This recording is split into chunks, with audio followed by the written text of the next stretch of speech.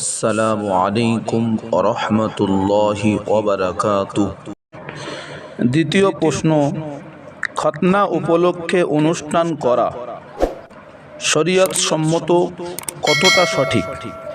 এর উত্তরে আমি বলবো, খতনা করা সুন্নতে মুআক্কাদা, কিন্তু আজকাল দেখা যায় এই খতনা উপলক্ষে বৃহৎ অনুষ্ঠান করা হয়, আত্মীয় স্বজনকে দাওয়াত দেওয়া হয়, কার্ড ছাপানো হয়।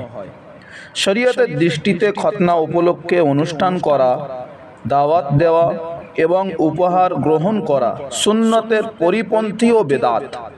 কেননা উসমান ইবনুল আস রাদিয়াল্লাহু তাআলা আনহুকে জনৈক ব্যক্তি খতনার দাওয়াত দিলে তিনি সেখানে খেতে অস্বীকৃতি জানালেন এবং বললেন, রাসূলুল্লাহ সাল্লাল্লাহু আলাইহি ওয়াসাল্লামের যুগে খতনার অনুষ্ঠানের কোনো অস্তিত্ব ছিল না।